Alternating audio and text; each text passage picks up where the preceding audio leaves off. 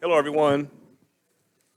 I'd like to call to order the special meeting of the Planning and Zoning Board for the Village of Pinehurst. Today is March 29th, 2023. The time is 4 o'clock. I'm Jeremy Hooper, and I'll be serving as the chair for the meeting. I'll point out that we do have 5 members of the board with us today, which constitutes a quorum. We're able to conduct business, and we have 4 staff liaison with us. We have 5 with Shannon. Shannon Constitute, Kathy Lyles, Alfred Cassidy, Maria Carpenter, and Alex Cameron. Welcome, everyone. Today's special meeting, we're going to discuss the proposed official zoning map and PDO text amendments for the Village Place in Pinehurst South and how to implement those. I'll remind everybody that plans on speaking today to please speak clearly and directly into your microphone as we're being recorded and live streamed. So with that, welcome. Alex, are you up? Yeah, so implement that. How are we going to do that? That's the key word. That's the key word that I saw in this today. Yeah, so that's something I've been asking myself, internally, staff, and I know Kathy can just nod her head over there through the course of 16 or 18 months. It seems like every Friday, her, Darren, and myself would be in what we call our war room, or what it looks like when we're done with it, and going through these documents and hearing me scream and think about how in the world are we going to get this woven into our regulatory framework so that it actually means something, for lack of a better tense there. So that's pretty much where the next steps are. So today, just a little bit of an update before we move into that topic so we kind of know, the board knows the next steps, and obviously we have a special meeting with a public hearing scheduled for tomorrow. We are down to the single last edit to be made on the form-based code documents for tomorrow's meeting. So we are at a pretty good spot, and what we can do, if those of you in attendance who would like a copy to go home with this evening, hang around. We'll print a copy for both the Village Place and the Pinehurst South form-based code to send you home with, so you'll have the opportunity to be prepared tomorrow. Again, these are just the changes that we discussed over the past, the meetings over the past 5 weeks or so. So they're fairly minor, but they're enough where we want you guys to have a final editorial review on, and hopefully, not spend a whole lot of time tomorrow, but hold a hearing and get a formal recommendation on not just the form-based code, but also the small area plans. As again, there's just a little formality that we need to go through that we've discovered after it had already been put before this board and the village council for their consideration. So that should move fairly quickly. Again, and I want to thank especially Kathy and Maria for their hard work and comparing notes and through all 3 of us and getting back there and making these changes while we're doing other things. Now, the big heavy lifting now is how are we going to implement this, and what changes to the zoning map and what changes to the PDO we're going to propose to make in order to make something of all this work that we've done and hopefully what is recommended with the form-based code and small area plans tomorrow. So the intent of today's meeting is we have what I'm going to share with you, some maps that were uploaded kind of 11th hour before the meeting today. So you'll be able to see what the zoning map would look like if the proposals are implemented as drafted, and then share with you guys a very rough first draft of some PDO amendments that we're working through right now. So you have that visual of what it's really going to look like and where it's going to sit within our current regulatory framework there, with the understanding that, again, while I get a affirmative head nod enthusiastically from Kathy, while there's still a lot of work that we have got to do before next Thursday's hearing to get something really productive out of that meeting other than just looking at a few sections. It's just a lot of formatting, a lot of dimensional criterias where we're kind of quagmired at this point as far as making it work with our current system that we have. So let's start with Village Place. So these are the maps that we have sent out along with the notices. Shannon, how many notices did we send out approximately? About 270 affected property owners and adjoining properties that we noticed for these. So just let's put a little bit of that scale into perspective there. And I imagine that depending on, based on the calls or inquiries we got at the Village Hall today, there's probably folks watching us tonight and probably watching and maybe showing up tomorrow. Because again, we have notified them and let them know. So that just kind of keep that in the back of your head. So the new zoning map and new zoning boundaries will obviously largely fall into place with the regulating plan that we all agreed on. The red border here would be the outline of the new Village Place form-based district. Say that 3 times fast. And of course, we love our acronym, so that's going to be VP FBC in the VOP LHD, Local Historic District. All right. So again, the corresponding blocks are going to follow suit with the regulating plan that we've agreed upon, and you'll see in the form-based code tomorrow during the public hearing. Shouldn't be anything of surprise there or consequence. So you see, again, the boundary, how we've got the blocks laid out. We've shaded all the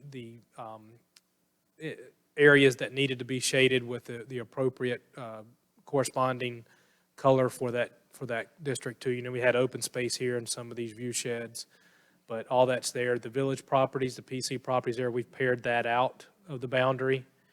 These areas here, the residential districts there along Woods and Medlin, we have pulled the boundary out of that as the discussions we've had with the regulating plan, as we're not proposing anything there. The plans aren't really touching that. Again, this area is also in the local historic district, so we have some good design control there. I only have one question. Are we okay calling a block Clark Cadillac? I think we need to have those discussions. I'm not all that enthusiastic about that. I'm okay with just core blocks A, B, C, D, E, block F. I think early on it was helpful that we kind of geographically set some visuals for us. We know upper Rattlesnake, lower Rattlesnake. Just like we did with Pinehurst South, it can be just blocks A, B, C, D, E. We know those are core blocks or not. Well, I'm okay with the other, descriptions because they give a general idea of where in what proximity it is within the title area. But naming it the name of a firm seems a little awkward. I'm not a fan. Could we think of a better name? McIntyre, Southeast McIntyre, whatever we can come up with that's similar to how we've named the other areas, certainly. It just Lower McIntyre. Lower There McIntyre. we go. Like it. It's got to ring. Make a note of that. Okay. Anything else? That's a Village Place form-based code district. All right, and here's Pinehurst South. Again, based on the regulating plan. We're going to make a few more small revisions here to this. I think we probably would like to look to pull the Quail Haven out there of the boundary. So the red shaded outline there would kind of incorporate this block I and make sure it gets the eastern portion of block A and the northern portion of Blake Boulevard there. So it would just kind of follow with this new potential road here to the west and snap the border here to Blake and then come back around, but also include this island of block I. So you're saying you're going to modify the boundary to exclude the Quail Haven property, is that correct? Only other option we could do, I just, since it's there, It's likely it could go through some sort of period of redevelopment, but it's not going to be anytime soon. To me, it doesn't make sense to include it in the boundary. We haven't discussed anything, we haven't included in any of the regulating plan, or the regulating plan that we've all agreed upon, so I don't know what benefit it would Redraw provide. it or have that, large type in the beginning, say excluding this area, not colored or something to that extent. We could drop a call out or anything on that map. We've done the same thing with the Trotter Hills Office Park, since That was a little easier because you could just draw the line around it. it wouldn't create an island or a donut hole by moving that out like it has there. The areas on the western side of Highway 5 here, the residential areas, this shading here is going to be, the purple is going to continue there, so it doesn't have a gray area there as well. Okay. So, and just a couple little spots here that we're noticing, like right here in this little intersection here. So everything will be shaded. There's also a section in the PDO, and we talked a lot about this, Jack. I know this a lot of you've brought this up a few times, and enlarged with this, you can kind of see where some of the existing zoning districts are, which follow parcel lines. But there's an opportunity in there that gives us the ability to interpret based on where the parcel line is and where the zoning boundary is, what would apply. And that would hold up to, that interpretation would hold up to pretty strict scrutiny, we believe. Okay, so just, there's your visual. So, in our office, a lot of the times in our day-to-day, we have the color-coded zoning map, so we look there first, we know what the zoning is, and then we go to the text of the PDO to tell us what's there, what's allowed, how big, how small, where at, and any other special requirements that we may have. Are there a lot of properties that are affected by what you had just mentioned, where we have drawn a line and then the parcel is in two different zones? Is that, does that affect a great deal of properties, or? Especially not in Pinehurst South. Again, the parcel layer is not shown on this map, but pretty much you got four lots right here that pretty well fall in suit. Right here at Block G, the parcel lines kind of follow and make this jag that you see here. So that's really close. These will follow all the way down to the parcel lines. Here, with this blue and red shading here would actually, it could be dropped down and follow this line. The same with the green, same with the yellow there where Block C could fall down. I guess once roads go in there, you have to provide some flexibility for that, right? Oh, absolutely. And flexibility is one of the main reasons, other than just sake of time, although we don't have much of that even now, that we're implementing this. Okay, here's the zoning district. What this is going to do, which you'll see in just a second when we get to the PDO amendments, is say, okay, here's your new district. Here's all the beautiful intent and flowery language about what these districts are intended to do, which kind of gets your compass set, right? And then you get into what can you do, what can't you do, then it's going to require that conditional zoning. So it's going to be a guide. The form-based codes, the small area plans are going to be a guiding document. It's not going to necessarily be the law, but it's going to be the basis on which this board would look at and provide a recommendation to council, what council would look at in order to make their recommendation. So there's going to have to be some allowances there, no doubt. But not just location, but there's going to be some other type of considerations, because we can't foresee every single situation that would pop up. But it would put the onus on an applicant and their design team to give us the reasoning and justification for that.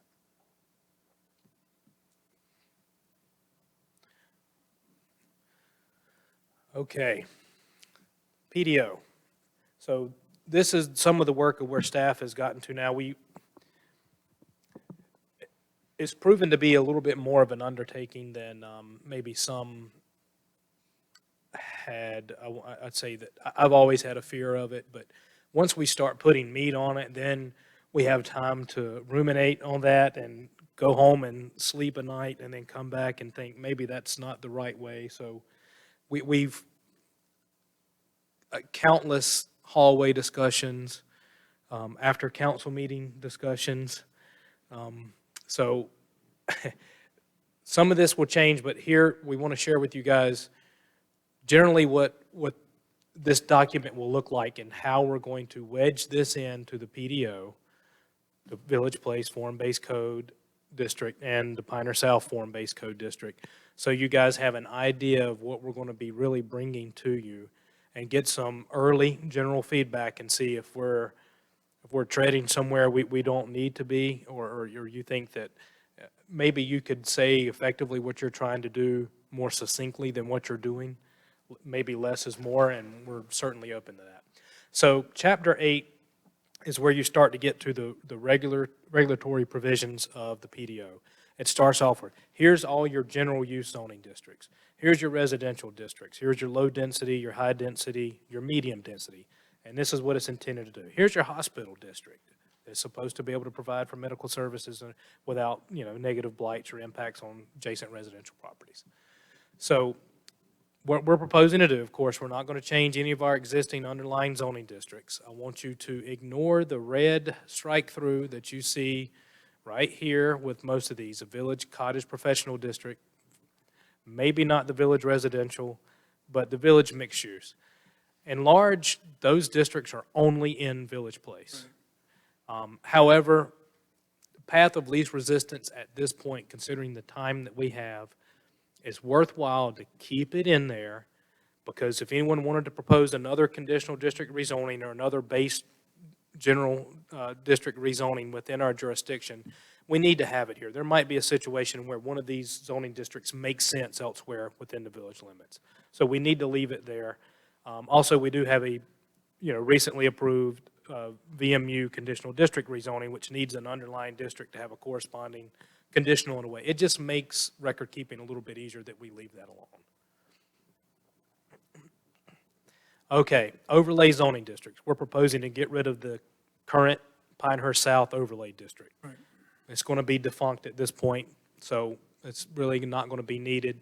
So there's going to be a lot actually of renumbering that's going to need to take place. As you see now, the historic overlay district will now be the first overlay that's represented within that section. Now let's get to section 8.4. This is where we start learning about our form-based districts in our code. So new section 8.4 is going to say form-based district. Okay, we're going to get to a little bit of that general intent language there that's been inserted. Again, that's just kind of setting the stage for what the regulations are going to entail. First, Village Place form-based district. Obviously, it's going to say it's based on the form-based plan, which is hopefully adopted by the village. Purpose and intent, all ordinance language has that purpose and intent. You need to have that. Kind of starts to dial it down a little bit more from the general narrative that you start with in the section. And a lot of this is languages that, or terminology and topics that are covered in the small area plans in the form-based code. Okay, here's an important paragraph. They're based on the Village Place Form-Based Code guidance document adopted. We'll insert that date there. This is the guidance document that contains not only graphical depictions of lot and building configurations, but also our single-family attached and detached design, landscaping, street design, signage, and other suggested design features within that area. That shall be considered the plan, and that word, that terminology is consistent with the statute. The plan, which is why we're having a public hearing tomorrow, and the purpose and consistency with the adopted plan. So that sets forth, if I'm going to develop in this area or any of these other areas, I need to consider that plan in order to bring a proposal to the village, because the village is going to consider that plan and acting on my proposal. All right, same thing with Pinehurst South. Pretty much verbatim. All right, section 8.5 is now going to be the conditional district rezoning. So again, just a change there. We have to set forth those general use zoning districts before we get to the conditional use districts or conditional zoning districts. Okay, so more renumbering as we go through section 8.6. So this is going to be more difficult for me probably than it is some of you others. I can just rattle off. Section 8.5.1A is a table of permitted of special uses and special requirements. 8.6 is special requirement. That's going to change a little bit for me. So we're going to move that down now. So our table is now going to be 8.6. Right above that, though, use tables for Village Place and Pinehurst South are contained within their design standards in section 9.3. So that tells me if I want to look at my table of permitted uses or any special requirements in the Village Place form-based district, I don't go to section 8.6 anymore. I don't go to that table. I've got a special table that I have to go to. That tells staff there's a special table we're going to go to. So we're all familiar with section 8.5, especially the past few months, right? Countless public hearings, plenty of X's put in, commas, special requirements. Okay, I jump right to section 9.3 here. And this is implementation of the Village Place form-based district. All right, nonconformities. That's something we really need a topic we need to discuss. There's a host of built environment, and especially in the Village Place district, right? If I'm trying to think of a decent example that might be a recent tangible example. Tater Barn caught fire, struck by lightning. There's a nonconforming clause, act of God. If they're nonconforming, they can go back to their previous extent. If you're not adding on by more than 50%, redevelopment. If you're not demolishing and redeveloping, if you're just putting a simple addition or you're repainting or new roof or something like that, this shouldn't trigger having to go through a conditional zoning requirement and come now into conformity with all these rules. So we want to make sure we give an out. We give a realistic out.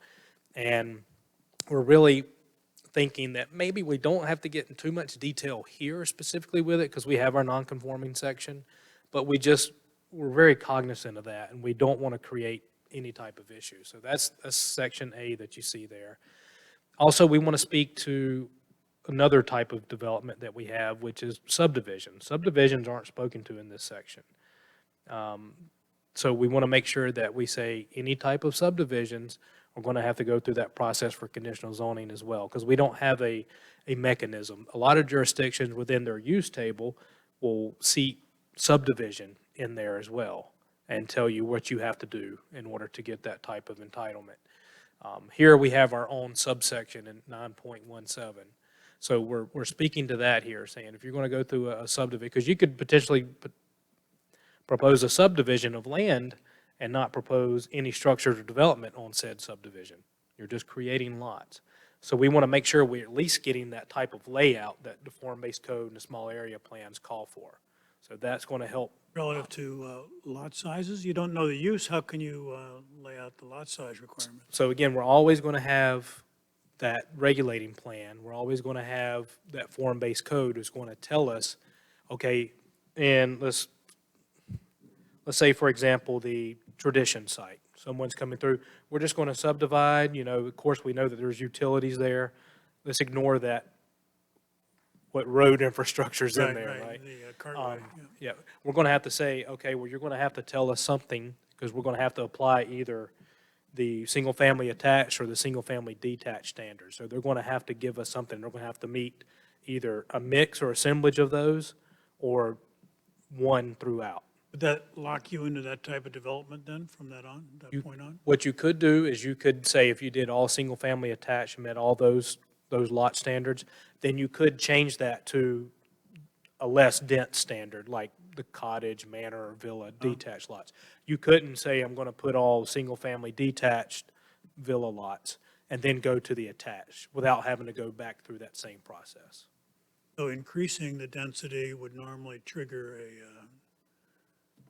a new site plan versus not making it less dense would not trigger, is that correct? Correct, unless it was running afoul of any type of special condition that Okay. was imposed through there, exactly. Thank you.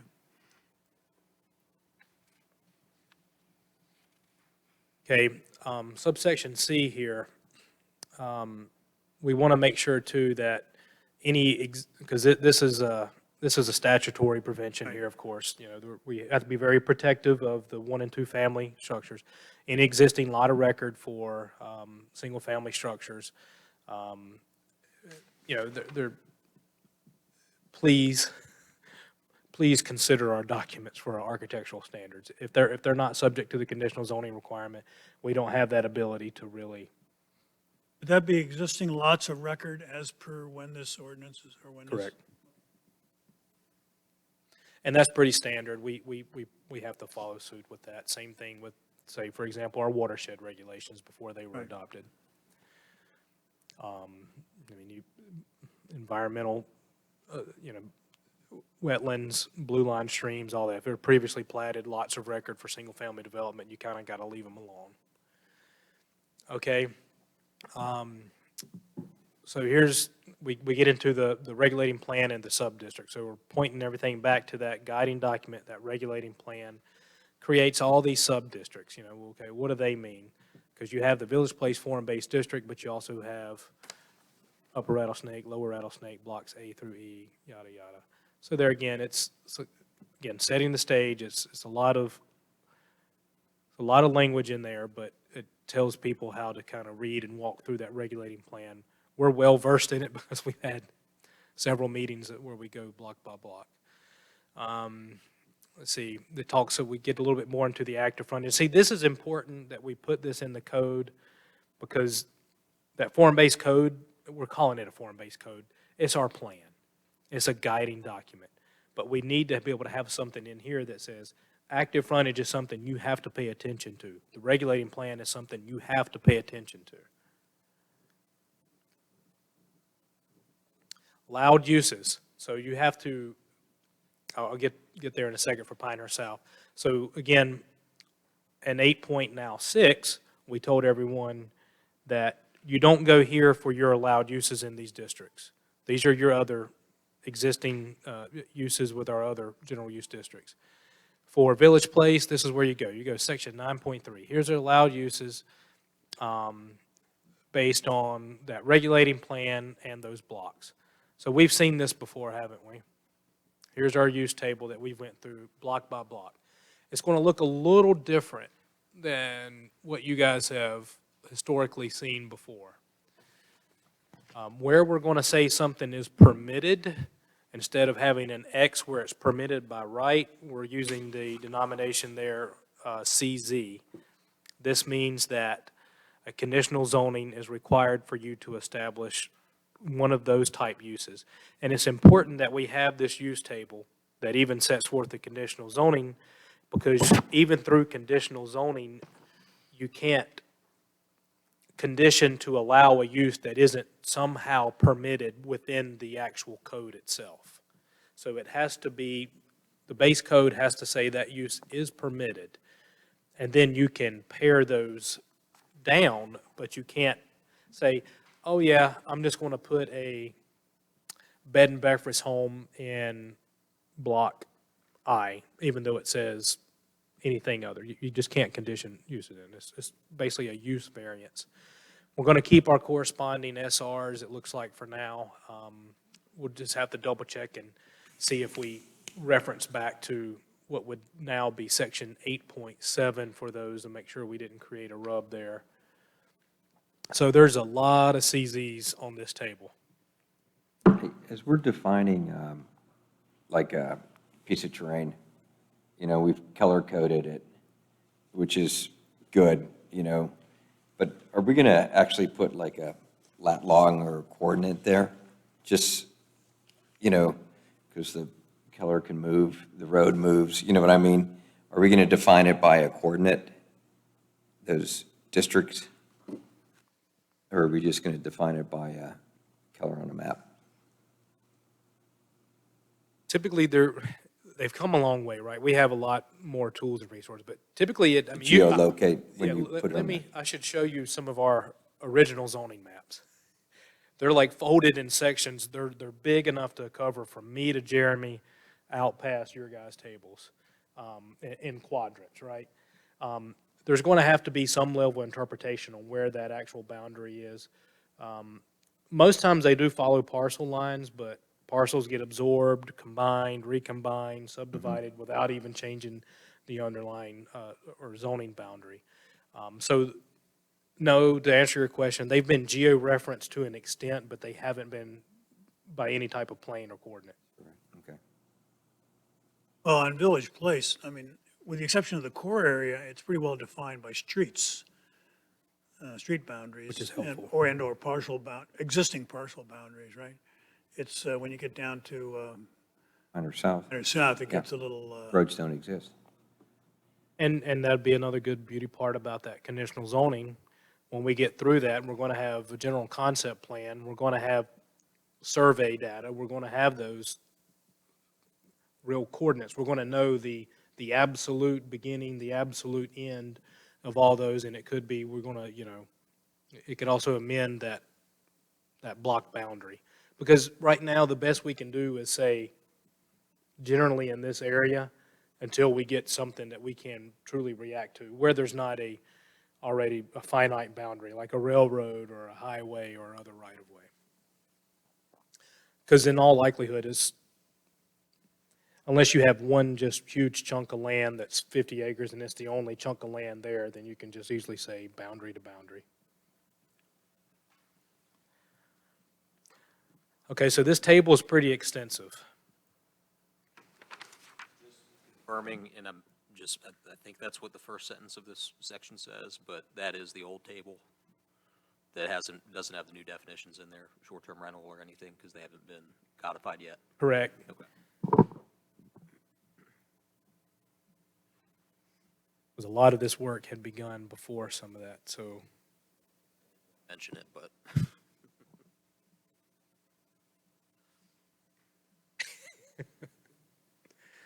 so let me ask a question. That's why we need more eyes on this.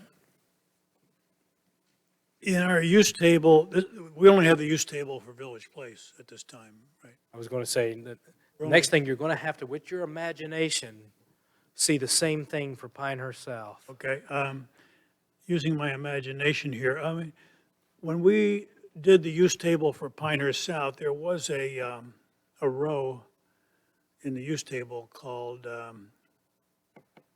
short-term rental. And I was surprised that, first of all, it doesn't appear here. The other thing is, the short-term rental is allowed in the hotel districts. And we have allowed for a hotel in both of these areas. So the question is, should that appear in the table?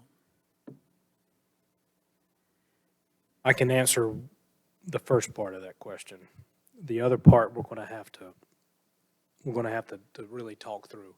So yeah, the Village Place table had been largely drafted and put in place before the recent changes to that lodging use section, including short-term rentals, or what happens with the topic of the public hearing before council last night, that this is going to be like the other table. It might be an ever-evolving table. It might be added, it might be stricken. So we need to add that as a line, because if we don't expressly put it in that table and someone comes through with it, we have no defense to say you cannot.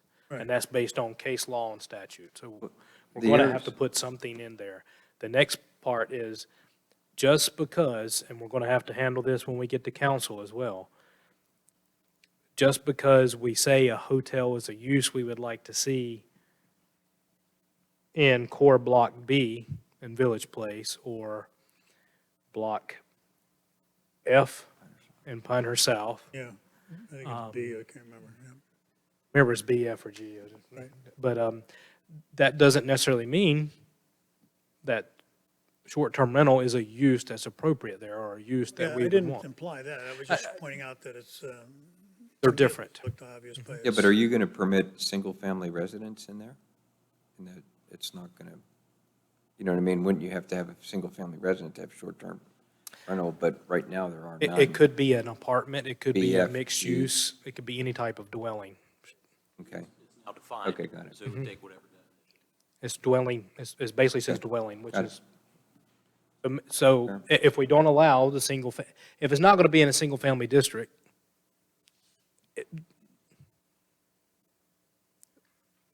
should it be okay? Should it not be okay? That's something we're going to have to talk through and get a recommendation and get some some guidance, and council's going to have to make a decision on that. It's definitely different than what was decided upon last fall, no doubt about it. When we worked on the the regulating plan, we spent a lot of time on building height and uses within each one of these blocks.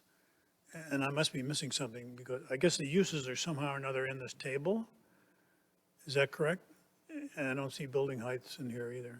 So the dimensional criteria is the part that, again, we're having a lot of arguments with. So there's still going to be a dimensional criteria portion in this section 9.3 for each district. That's going to have the lot standards, the minimum lot sizes.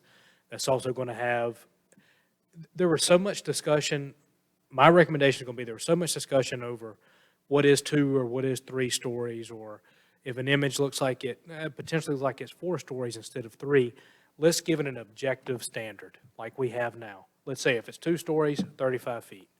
You know, the Village Mixed Use District, we now have a 50-foot height requirement.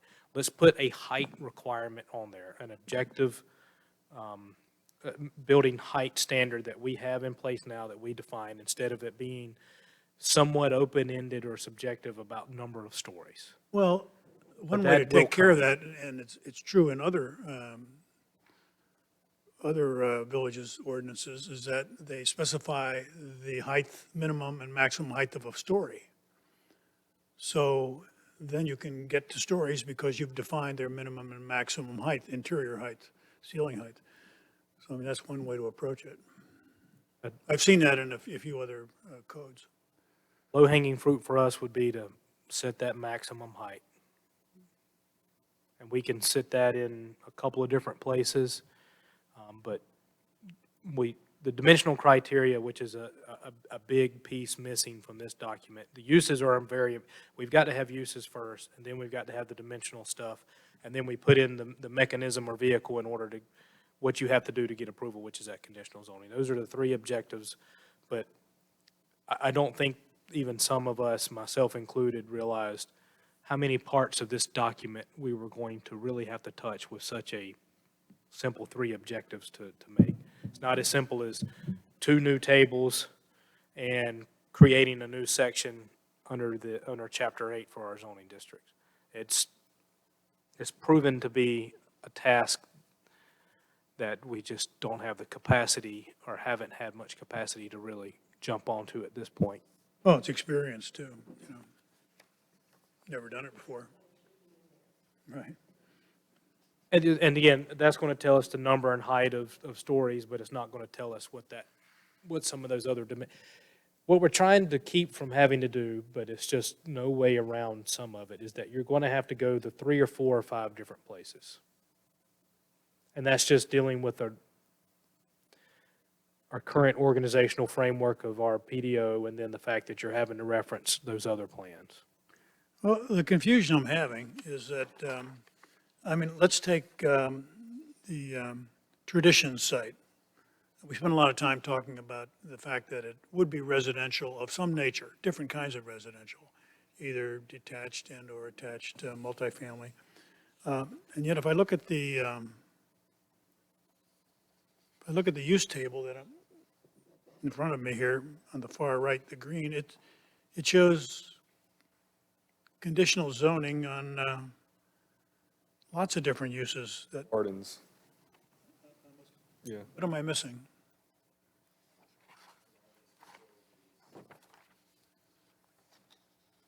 No, it goes on to,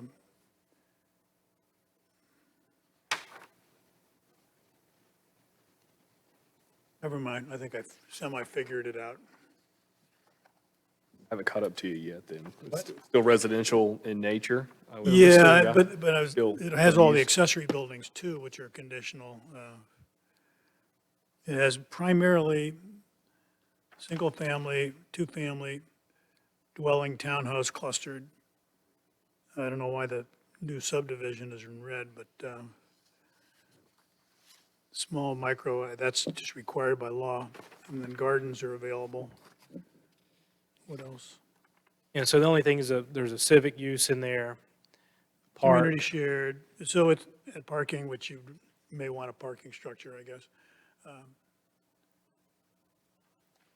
So that replaces that table of uses that we put in each one of those blocks, you know, the 1, 2, 3, or 4.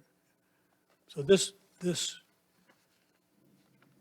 replaces the table of uses It's, that we it's had. really going to supplement the table, the table of uses is going to supplement the regulating plan.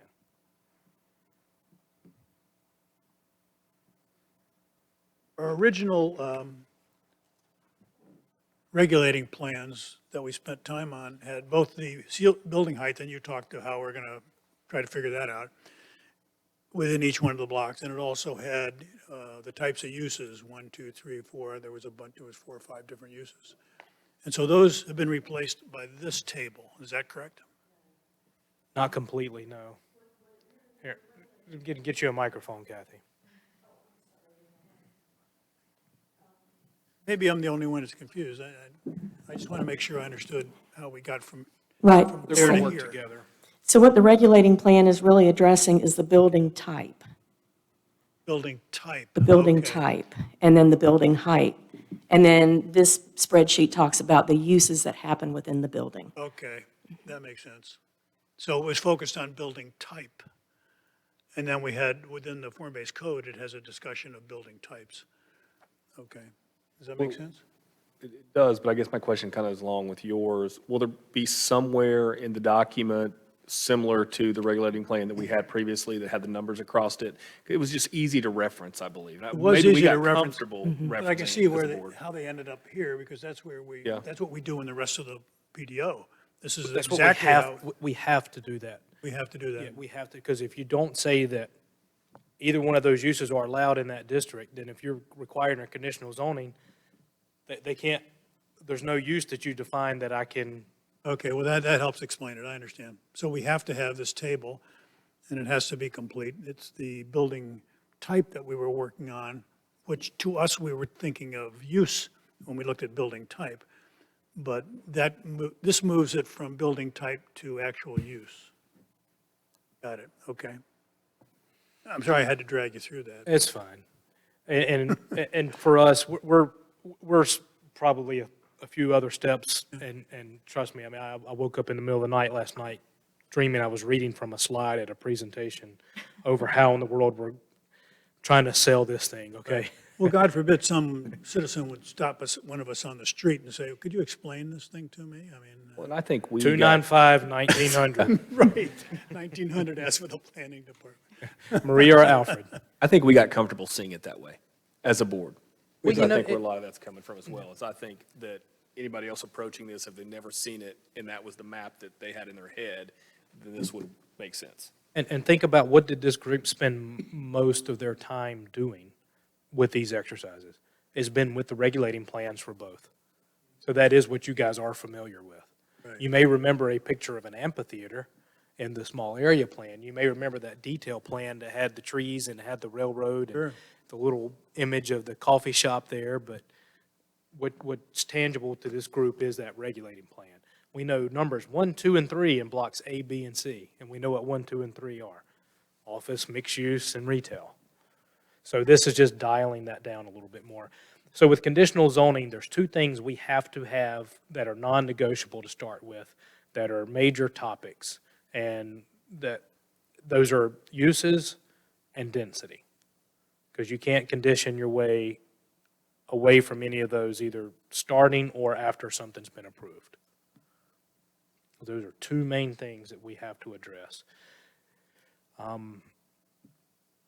We've talked a lot about maybe we don't have to include too much in here in the way of some of that criteria, and just maybe stick with just those bases, the dimensional standards and the uses.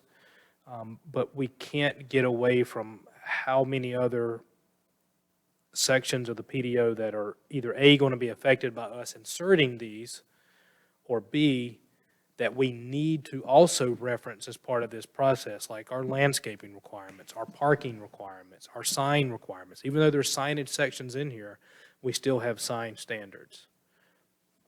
So it's proven to be an exercise, to say the least. But this is generally how these amendments are going to look and how they're going to start to come together in that PDO. Section 9.3 is going to be fairly substantial at this point. We're kind of starting to get here, section 9.314, just south of the table. We're getting into our lot type, so we're starting to hit into some of that dimensional criteria as far as those lot standards. We segment them out based on, the types there. Again, those corresponding types of mixed use, commercial, multifamily, single-family attached, single-family detached. Is the term rear-loaded and front-loaded, are they defined anywhere in the definitions? Are they? Yeah, we had that discussion at some point in time, and I felt like that they were In the form-based code document. form-based code. It's in the form-based code document. Does it need to be in the table of definitions in the PDO? Because the term is used here. I don't think it has to. Okay. What it does, again, is going to point you to that plan, and we have those uses. It's just, the following lot configuration types are allowed in Village Place, and we could even, if we had to expand that sentence as depicted, It's intuitive to someone when they see the term rear-loaded and front-loaded, what that means. so the first, and I'm trying to think how I can explain to you guys an application, because there's, a lot of my thought process is an application. All right, someone calls 295-1900, they get to somebody back there in the planning department. They got an idea for a development or a proposal in any one of these areas. And they're going to say, I was reading your code and I get it. Here's a district here. Here's some uses you can do. But I'm looking at this area that's tab 4, single family detached. And I see this, cottage rear loaded, manor, what is this? So when we sit down with them, we're going to have these applicable sections of the PDO. But first thing we're going to grab and throw down in front of them at the table to talk about is that form-based code document. And so we're going to say, this is what we meant. This is what the detached, this is what the, if you got an integral garage or not integral garage, we're going to go through that with them. And that's what the staff report's going to speak to. That's what the staff recommendation is going to be based on. That's what you guys will consider in your recommendation, and that's what Village Council, and that's going to be a requirement of what is considered in reviewing and acting on those proposals. And then when it's delegated back to staff, if that's approved, we're going to be looking at that document.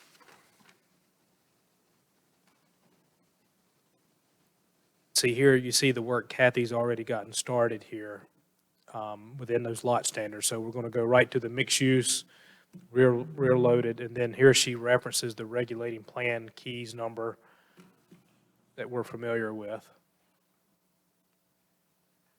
There's And been a- This is some, probably a good place to ask if we want the diagrams in here. but we do start off by we kind of do get to a somewhat of a definition of what it includes or what it entails. So here's, again, time is so precious at this point. We are struggling terribly with trying to replicate these images from the form-based code document. Because, We're having to take something from a PDF, and now we're having to put it in this type of format. They're not talking to one another.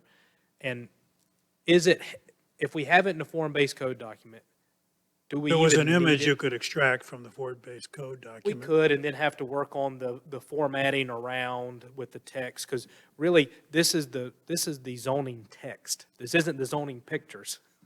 This is the zoning text. The text is more important. The text always trumps any of these pictures. Right.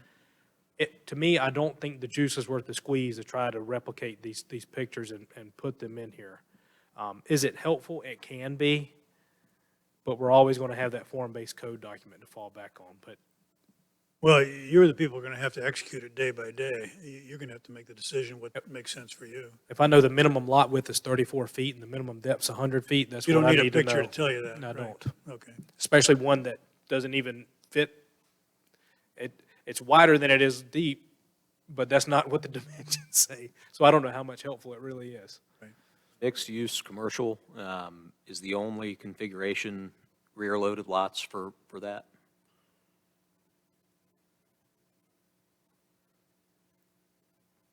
Alfred might be the I was only one just prepared. confused reading proposed section 9.314B1. I think it was just rear-loaded. It was too, because we had that build to line, there wouldn't be an opportunity for the. Well, that, I would just, where you have them listed out initially in section B of 9.3.14, just mixed-use commercial, add rear-loaded, because that's how it appears on the next page when it's, if I'm reading that correctly. Lot configuration types allowed in Village Place.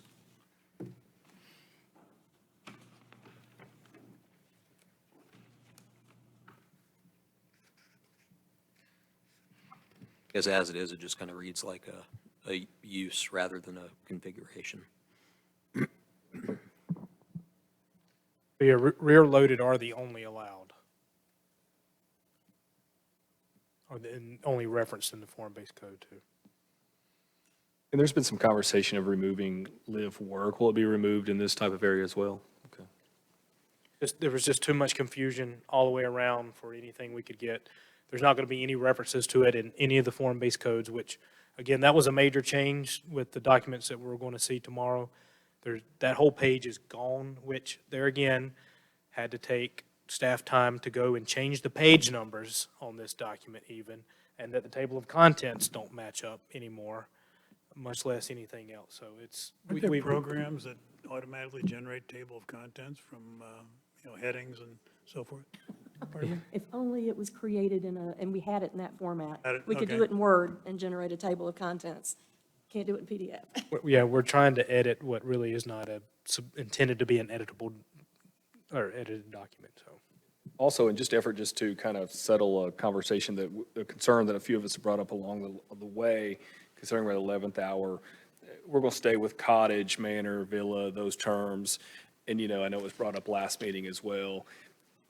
Of course, as I learn more and more about this, I don't know if it matters really what they're called. They could be called 1, 2, 3, A, B, C, Well, as we've kind of. somebody will always plays Goldilocks in that. Well, I mean, I'm not a fan of the names either, of course, I brought it up initially, but just to settle it, we're going to stick with those names, right? Considering it's definitely 11th hour. There's no reason to Are change. very I mean, misleading.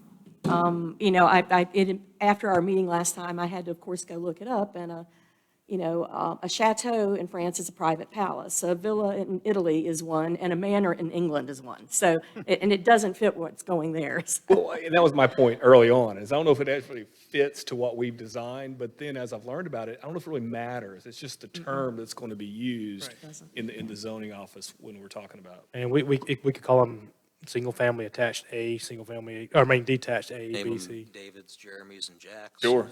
Well, let's vote on that. Onto something there. Let's do it. We'll have to debate, draw straws, see who gets the names. That Paul and Bruce here as well. But no, I just want to make sure we kind of settled that as that kind of came up. I mean, I don't know if it matters what they're called again. The term is the term. It's just, we're not changing anything about those, any of the specifics, so.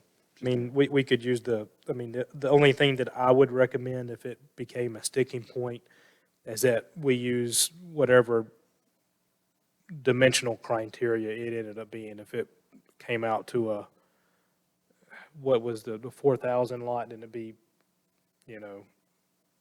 4. If there was one that was a 5,000, 5, and 6, just some numerical data like that, if anything.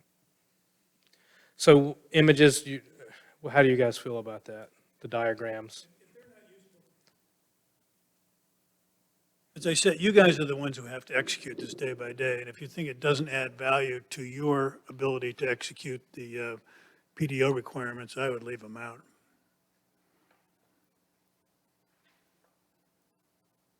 Getting a lot of general stares and glares this way, Kathy, so we'll proceed without. Kathy's suggestion was to redraw the things. Yeah, I mean, and again, we don't have time. What we're going to end up doing is if all the stars and the moons align just right, and things work out by next Thursday, I don't think they will, even with this board. But let's say by mid-April, and then we start this process with council. 2 council meetings ago, one council member, made a very helpful suggestion that I would like to see maybe Alex give us a schedule. I don't know that they know that I gave you guys a schedule, which we've been doing an excellent job working against, and it's maybe caused us to beat our heads a little bit much, because this is enough of a task for basically our entire force if this were all we were dealing with at this point, and it's not. But let's say hypothetically we get through it in pretty decent timing with council. We're going to have some time to really apply this and evaluate it. And I guarantee you, there are going to be amendments that we are going to be screaming, jumping up and down and bringing to, you thought we wanted something for retaining walls fast enough? You just wait. We're going to have to make this better. And we're going to have some application and some time to do that. And exactly, thank you, Dave. We got to start somewhere. We got to get some momentum. And then also, we've been budgeting for, and it's been in the budget for 2 years, we're proposing it again, for a comprehensive update to the PDO.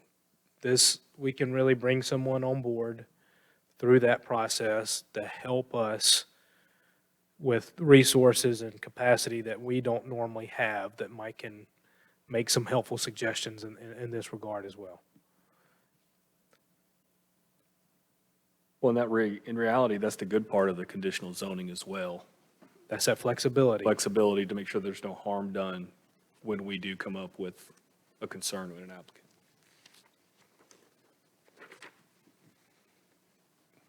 These diagrams will be, though, in the in the form-based code. Correct. Okay.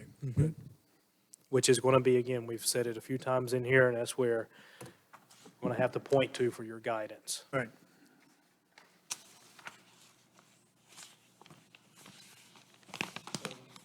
Again, we don't have a ton, that's pretty much the extent of the document that we have, but I just wanted to be able to show you guys the other things that we're working on right now with this. We're just not at a point to where we're comfortable with sharing with you, because it's just, we're running into formatting errors. We're really trying to think what's best and what's not best before we really bring it to you guys to get some solid feedback on. But this, I know a lot of us have been thinking. I remember a couple of meetings ago going to Kathy and saying, this group's ready. Like, you guys are ready. Like, you're done the work, you've done the regulating plan, you've done the uses, you know where you're talking about, you know the areas, you're ready to see how it's going to fit in to the PDO. What's our zoning map going to look like? It's going to look very different in these areas. So we're still working through that, but this is generally how it's going to look. We're going to have a new section in Chapter 8 that says these are the 2 districts. Here's why there's 2 districts. Here's what they're intended to do. Here's your guiding plan that's going to be adopted, XYZ, that you're going to have to go for. Here's a table of uses based on that regulating plan. Everything's going to require conditional district rezoning. And then we're going to get to the dimensional standards. Here's, if you're a single-family detached villa, these are the these are lot standards you have to meet. So there again, that's going to control that density. If you're a mixed-use commercial rear-loaded, here's your minimum lot standards you're going to have to meet. So just lot standards or dimensional criteria, density, uses, everything requires CZ. Go to the form-based code and the small area plans for your guidance. So right now, we have everything, we're asking everything being submitted electronically, requests for development. Is there any consideration how this is going to, electronic submission is going to fit with the, I know conditional zoning doesn't really fit very well into a electronic submission. It's really the documentation we're going to require a supplemental documentation to go with that application. So you'll note that if it is with, your request is within these districts, then you're going to have to submit supplemental information, and/or we'll give them some guidance as to what information they have to give. Sure. So Appendix C would be the controlling form of required submission data, which there's 2 caveats in there. One is other information the village planner asked for. Right, yes, that's a I'm catch-all. paraphrasing that, A yeah. catch-all, yeah, right. And the other is that we have the opportunity to waive some of those requirements. There may be something that just doesn't make sense in there that you're not getting anything, but trip generation, general concept plan that's based on meets and bounds survey that's set forth by the title of the surveyor or engineer. You know, a neighborhood meeting is going to be required if you're going to a more intense use than what you're going away from, which is likely going to be every situation that we're going to deal with, because everything, the lot standards are going to be such that they're going to be more dense than any of the existing development or existing lot configuration that's there. And that general concept plan has, I think, requirements like A through K or L that have certain information. I mean, this group's seen general concept plans before, but they'll be at a different scale than this, and they'll be scaled set, and, you know, we'll be able to make printed copies if we need to. Since the village began the electronic permitting application, what percentage, I'd probably guess very high, of development applications have you contacted or have been contacted at the application stage? Have we helped a lot of people actually input a lot of this work initially, or are they able to do that themselves and then get in contact with the planner? So we've been doing this now for like 15 months or better. Say 2 years, but Yeah, maybe it's 26 or 27 months then. A lot of consultation early on. I was thinking, so lot. even while before they apply, I would guess, or I've heard of some. To an extent, you know, I mean, we run the gambit. I mean, it could be a single trade mechanical permit application, or it can be a conditional district or a major subdivision application. It could be an application for a major COA. I was waiting on hair pools to come out when I said that. Just because anything that we're forwarding to our boards, instead of it's just internal, we're having to almost sometimes duplicate work in order to make sure we get you guys the informative packet, especially if it's a evidentiary hearing that's got to be held, then we've got to make sure the docket file and the record's tight on that. But anything that would be pertaining to what this group would review in these areas, there's going to be a consultation before they hit submit. I mean, we have some folks that jump the gun. They can apply for permits outside of our jurisdiction, or they'll apply for the wrong permit. And we're issuing probably 6 to a dozen or more check requests every week because someone applied for the wrong permit. But for anything like these type documents, a variance, for example, Yep. we say, do not apply for that. You come in and you speak to us first. Thank you. But we think this will probably increase, that consultation before submittal as well. Yeah, You have a it'll lot stay of the same. work. And anyone who's going to be doing any type of conditional district rezoning knows, they're usually just picking our brain before they go and, someone's reached out to them, they've got a client that's interested in doing something, they reach out to us. What about this? Yeah. They're not even going to the use, a lot of times they're calling you to say, can they do it? I've read this or that, what are your thoughts on this? And they're going to go back and they'll have a meeting, and then they'll have another meeting. And then usually they'll get before the TRC too. We have pre-application meetings. So, if it's something the fire marshal's going to shoot down right off the bat, there's no need in taking an application in. Out of curiosity, what you thought the plan was going to do to the application process?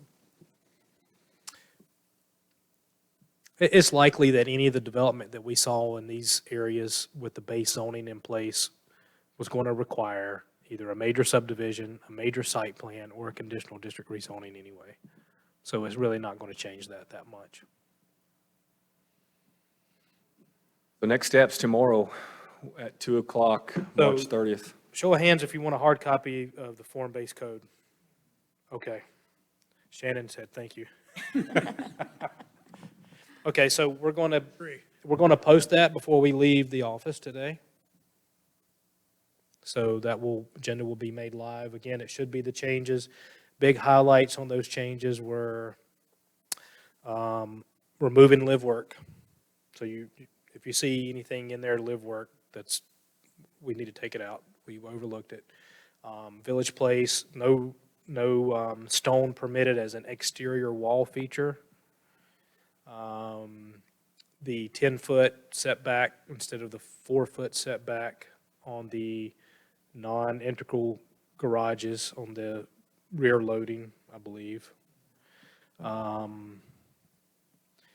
think Maria's my subject matter expert on these changes now. Flat roofs? What's that? Flat roofs, yes, on the residential districts especially. And again, there were some formatting things, page numbers, table, things like that that we're kind of have been working through. So that should be really all you need to just kind of comb through and look and know that this isn't going to be the letter of the law, but it's going to be that guiding plan. So it needs to be specific enough. And that's what we need to hold that hearing on. And depending on what other work we can get done related to this topic that we get comfortable enough to share with, since we do have a 2:00 meeting scheduled, hopefully we can maybe make use of a little bit of time and go through some more of these type topics here. And you've sent out notices because the adjoining property owners to how many people or how many? Plus or minus 270. That's with the duplicates removed. There are a lot of duplicate owners as well. Yeah, of course. Yeah. Now, what that means is most everyone who's been affected by this are aware. Yeah, they've been paying But attention. what's not been taken into account are the adjoinings, Is the what? Excuse me? the adjoiners. The adjoining lot owners, yeah. So there might be some perception there, Jeremy. I'll be glad to work with you ahead of the meeting for some opening remarks. Okay. That they're not being affected necessarily. Their zoning's not going to change. Their neighbor's zoning might change, but it's not that, there's not a development proposal with it. It's just setting forth, being able to implement the form-based code. So we have to do this in order to implement very strict design requirements. I would think they would be pleased that, in fact, there's going to be some more rigorous analysis of their adjoining property development. Matter And of with the fact. conditional zoning requirement, they're going to be notified anytime someone's bringing a development I think it's understandable, though, if someone got this notice for the first time and reviewed it just for a few minutes, it could be somewhat alarming, because it's very, I mean, if they have not been following us for the last few months, this is a lot of changes. And so one of the things we did do with the legal notice in the pilot, as well as with our mailing, we included the map. So you could see if I'm over here in Trotter Hills and I got a notification about it, and I'm thinking, what are the knuckleheads down in Village Hall, these planning and zoning guys going to do to me now? They looking like, oh, I'm not even affected. Or if I own this property and I've been trying to sell it now for 3 or 4 years, and I've not been paying attention for the past few months, and now there must be some progress. Oh, okay, block this, what does that mean? And we've had a few people show up who've gotten the mailing, had a couple questions. We've had a couple of phone calls, but we haven't had a ton, so They ask what the plan is for the gray area on the map. Yeah. I'm also reminded at home a lot that what we discuss here and what we do is not always the most interesting thing to some people in our community. Speak for yourself, Yeah, Jeremy. throwing my wife under the bus. So, although somebody may have heard about this before or have followed us a few months ago, as we go to implement this, could bring up some questions. They're only interested if it affects them. Yeah. Do you have any opinion from the feedback that you're getting? I mean, you may not have an answer, or you may not want to answer, but from property owners, who understand what's going to occur. yeah. I mean, I think it depends how you look at it. It could be favorable. If you're a long-term holder, it may be looked at negatively, if you have a project already in the hop and, this is going to redirect them in a way. There's probably been a handful of folks that Darren and I have been in fairly constant contact with through this entire process, through the small area plan, when we've shared form-based code stuff. And of course, that's those who were, willing and open to come talk. It's been, I mean, they look at it and like, okay, nothing that really severely impacts anything or any plans. That we haven't had anything. The only thing that we've had that might be, I would say, fairly concrete, and that's a loose term, of a development proposal, is really the phase 2 of the greens, and that's only because There's already an entitlement that's been approved there. There's already been a footprint that's been approved. There's already been a use that's been approved there, which, you know, what we've agreed to with the regulating plan is basically what that approval was, because there's still that vesting period that's there.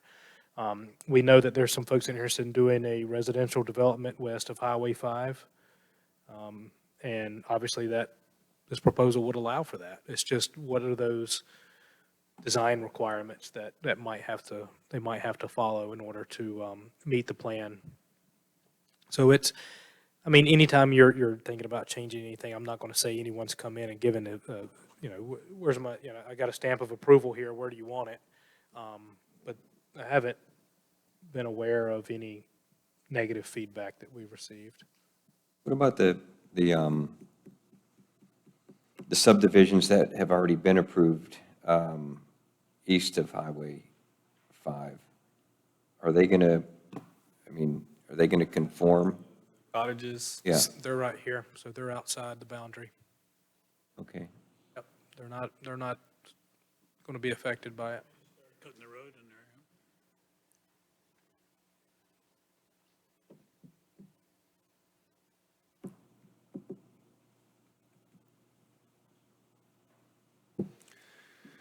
What else?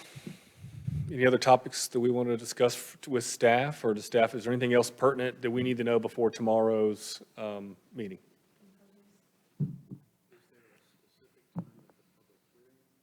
Component of the meeting begins? 2:00. That's what we noticed it for. We'll get, right, it's going to be the majority of what we do, if not all. I know that staff wants to get to some other aspects, which. Okay. One quick thing, Kathy reminded me. We've had some internal discussions, and it was brought up, I believe, maybe at a council work session, relative to some of our lot and dimensional standards. Impervious is a topic kind of want to obviously talk about. Very different from Pinehurst South to Village Place, and different in Village Place depending on which area you're at. A lot of these core block areas here, the vision was, you know, the village center type development there. We need a maximum impervious coverage here to put with these areas. 90% is the requirement in the village center. I think that's appropriate within the village core blocks. The other areas typically is 70% with our office and professional, neighborhood, commercial, et cetera. Obviously, it's easier for us if we put one blanket impervious surface. Form-based, Village Place form-based code, here's your coverage. Pinehurst South form-based code, which that one's actually probably almost easy enough in itself, since it's largely very, it's not, we do have a core area there, so maybe I'm going to go backwards there. What are some thoughts and feedback on that? Thought, of course, is Clark Chevrolet. It would be a non-conforming scenario for that. Are you concerned because of the terrain so flat? Or- No, it's just that There's we no- have to have some Establishing sort a of. standard. We do, we have to have a standard, or What would be the negative of making the impervious surface 90% throughout? From your thoughts? it's just a lot of coverage, obviously. From a stormwater perspective, they're going to have to meet the village's stormwater requirements no matter what. So no matter what the impervious is, they're going to be required to control it on site before it's released to the downhill property owner at the prescribed rate for whatever storm requirement we have, which currently is the 10-year storm. Would you be able to break it down by block We could, as it's set up there? we could. What is Trotter Hills right now, for instance? 70. 70? So that, I mean, any office mixed use, if it were to be similar to that now, I mean, what is that purple stretch now? Is it 70? So some of it's residential, so the areas that are not residential would be 70. Those that are residential will likely be about 40%, anywhere between 40 to, I'm trying to think of what these lots here are zoned. Well, so we'll just say 40. If it's not 40, it's going to be 35. I mean, for the core area and to be renamed Lot F, the Clark Cadillac one. We If said the- Lower McIntyre, we said. Yeah, if the goal is if the goal is for that to model what's in the historic village district now, I think it's a no-brainer. It could be 90 there, because it's going to sort of carry over and flow. Extending that to the rest of the zone, I do think would be pretty high. But if there are other places in the village currently that could be modeled or compared, I think that would be something to consider. And even with the residential parts, even though it's a relatively low standard now compared to the other zones, because of the kind of development that's potentially going to happen there, maybe bringing it up some for those spots. So for us, Maybe 70 across the board, 90 and 70. Want to promote that type of yeah, development. Well, if we see the existing standard works now, I mean, you have to ask yourself, does it work now? You know, I mean, we've heard, you know, we've all participated in several of the meetings here where specifically had people in here addressing, you know, saying that it doesn't work now in some of the areas. You know, if you're in the low area, it probably doesn't work. If you're in the high area, it probably works. We're going to end up in a lot of conditional zoning situations as a result of this, but would this also transcend past that into patio remodels, this type of scenario as well? So I think that's the consideration. I mean, we can easily say be conservative because we're going to end up in a conditional zoning scenario, but there's other circumstances. there's other circumstances involved, so. You know, in some of those smaller lots, I don't know if you can get to 40% or, I mean, you've already got greater than 50% of the lot covered But by you got to building. consider the lot size too. The proposed lot size with these, they're pretty small. So I think we have to keep that in mind. I mean, if you're looking at, I'm trying to think of how I could access that. If you remember our single-family attached and our single-family detached minimum lot standards, right? If you look at that and you look at your build-to line and at least, you know, a certain percent of your facade's got to be here, and you have if you just look at that, you know you're already at 50%. Oh, yeah, at least. Or more. Yeah, so I think we might need to, I think 70 is the lowest realistically that could be done.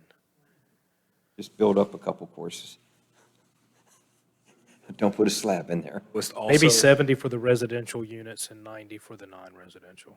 the A, B, C, D, E blocks as well, you feel 70 is, I think that would work if we would consider changing the requirement to the 20-year storm. 25, I mean. I hear there's going to be a recommendation on that stormwater master plan at some Really? point. I'm not putting my buddy Mike under anything. and we need to solve this between now and tomorrow for this impervious service? Because, I mean, we could open up this discussion. I mean, I was thinking. Not for tomorrow, but we need it pretty soon for next week. I think we've got to start though. I think if we go 70 for residential and 90 for non-residential, again, knowing that in most cases, we're going to have an opportunity to discuss that through the legislative process. Not in every situation, but I mean, what we don't want to do is create an issue where someone's wanting to apply for a variance because they're at 75%. I just want to increase my patio 4 feet out beyond my house or But something. that's not, you know, we all know that's not that's not the, obtaining a neighbor's lot will variance for take it. that's not the. Your neighbor's lot will take that water. Thank goodness. Yeah. Well, what kind of input, have we given you enough input on that topic alone to, I guess, get started to make a recommendation back? I mean, you've brought up 70% and then we can debate it. We've got Maybe something sort to of start from. Specifics at that point in time. Because otherwise, we were going to bring something to you guys and just have it highlighted and say, go. Yeah. So we got an issue with it, bring So it we've up. got that done. Okay, great. Any topics from the board that anybody wants to discuss for today's meeting? Anything else from staff as we? That sound dangerous? And ask us about 2 a.m. whenever we're waking up from our cold sweat. Something we forgot for tomorrow to make sure we've discussed or made a decision on? Okay. Tomorrow should be, again, we'll get that posted here pretty soon online, so even those, David, you're not going to be here tomorrow. Not tomorrow. I'm not trying to single you out, but Paul, you'll be here tomorrow. Bruce, will you be here tomorrow? Okay. Bill said But- she will not. Matt will. And I don't mind if I can remember to send something out. And maybe when we send out the agenda, that'll be a reminder for me to say, those of you who can't come, if you got an opportunity to look at it, feel free to drop us a line. Just, I mean, you're not going to be here presently to vote, but that shouldn't, if you've noticed something, please, we want to know about it. Will say, just in case, I do plan on being here next Thursday for our regularly scheduled meeting for the month of April.